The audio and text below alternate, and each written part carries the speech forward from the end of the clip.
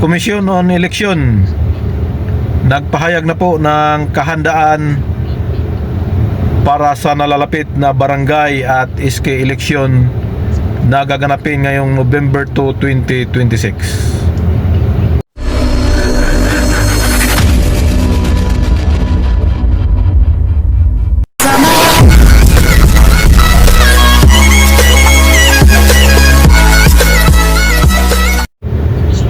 Hello, good morning, good morning. Isang mapagpalang araw ng linggo, Pizza 21 sa buwan ng Hunyo, mga kapobre. Welcome back sa ating munting channel, Cap John Official. Happy Father's Day sa lahat ng tatay dyan.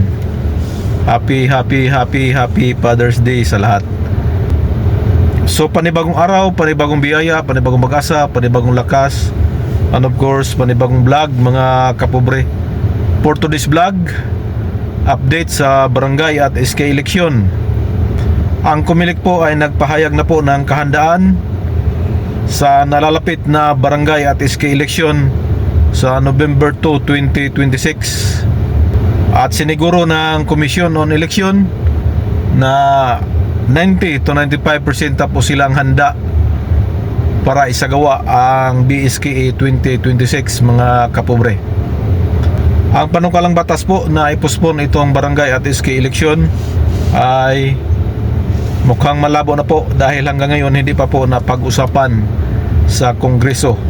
At mismo si Comelec Chairman George Erwin Garcia ang nagsabi na dapat ituloy na po itong November 2, 2026 barangay at SK election.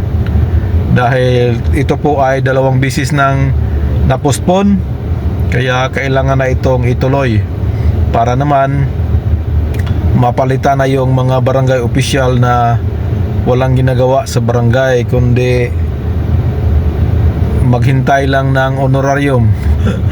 At yan po ay karapatan ng mga mamamayan na pumili ng kanilang mga local leaders, mga kapobre.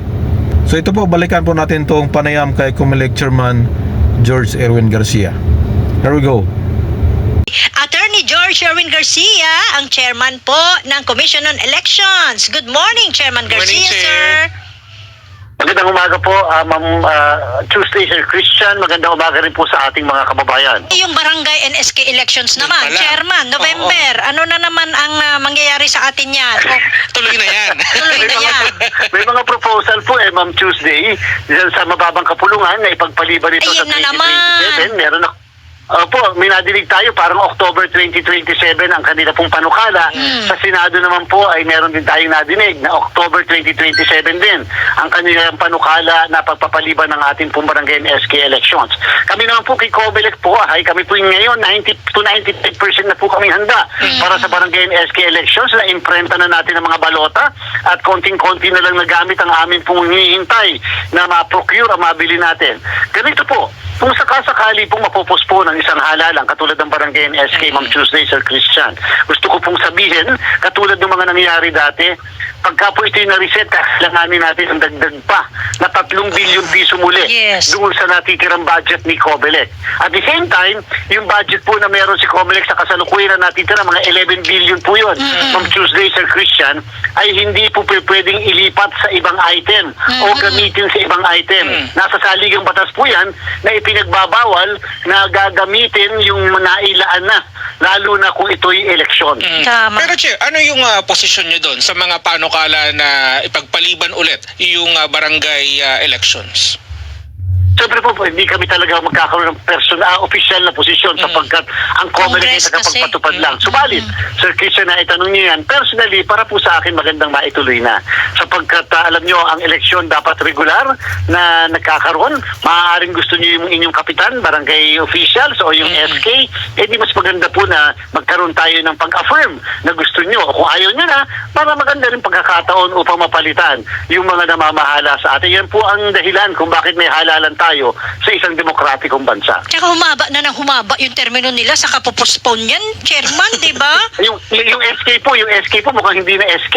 Sapagkat alam niyo po, nakalagay sa batas natin na ang SK na pwedeng tumakbo ay hanggang 24 anyos 24. lang. Oo. Siyempre, kung ikaw nung tumakbo ka ng SK 23, siguro Ay, ngayon mga 28 ka na hanggang 29. Lagpas na sila doon sa age na hinahanap. Hindi na siya kabataan. Ano ba yung dahilan madala? Opo, pang ano na po, pang barangay chairman na o kaya barangay kagawad. Anyway, Ang tatawag nito.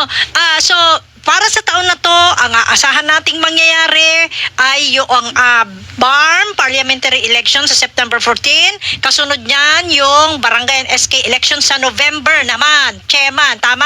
November 2 po. Opo, November 2 pagkatapos ng ating undas ay kinabukasan ay boboto naman po tayo para sa ating mga barangay and SK officials. Ayan.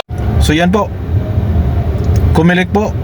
Handa na po para sa nalalapit na halalan sa November 2, 2026. Kaya sa mga aspirant at incumbent, tuloy-tuloy lang ang inyong mga ginagawa. At kailangan pong magdubli kayod para palarin at hindi masayang ang inyong pira at oras sa pangangampanya. Ibigay nyo ng tudong-tudo ang inyong mga diskarte para manalo mga kapobre. So yan po ang ating quick update sa barangay at SK election. Again, kumilik, handang-handa na po para sa nalalapit na barangay at SK election. This is your Cap John Official. Please subscribe, please support. Bye-bye and God bless us all.